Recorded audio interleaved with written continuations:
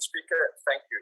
Honourable Minister, the ACDP would like to commend National Treasury for holding the line against state capture and corruption. In his state capture report, Judge Zondo commended then Deputy Finance Minister Jonas and other senior Treasury officials for refusing to work with the Gupta family during the years of state capture. One shows to think what would have happened had the planned capture of Treasury actually succeeded. The ACDP would also like to commend SARS for collecting 1.56 trillion last year, which was 255 billion more than the previous year. The challenge is obviously now to spend these additional resources wisely and to deal comprehensively with procurement malpractices. In this regard, the ACDP shares the committee's concerns about the delays in the tabling of the public procurement bill, which will assist in consolidating fragmented public procurement in the country and help to root out corruption within the system.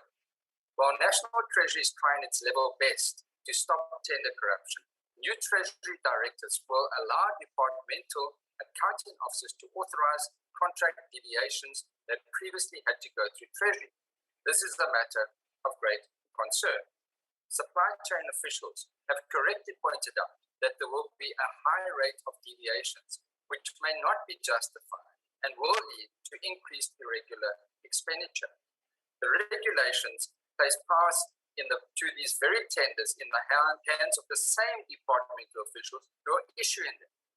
While the ACDP appreciates that the reason given for these new directives is to speed up the tender process, it's just not good enough to say that corrupt actions will be dealt with after the fact, sometime in the future, if the Auditor General picks them up. The ACDP urges the Honourable Minister and National Treasury to reconsider these regulations and ensure that checks and balances are in place, such as real-time auditing. Would it not be better to ensure that the Office of the Chief Procurement Officer is better capacitated to deal more speedily with requests for deviations? Hopefully these issues will be considered in the Public Procurement Bill. On other specific findings of the committee, the ACDP shares the view that there must be improved audit outcomes within the finance portfolio, given that it is the custodian of public finances and it should set the example. Lastly, we're also doubtful about the effectiveness of the Municipal Finance Improvement Program, given the dire financial state of most municipalities. This is where the worst service delivery challenges are experienced, and more can and must be done in this regard. We support engagement with the COGTA Committee and Minister to find solutions in this regard. I thank you, Deputy Speaker.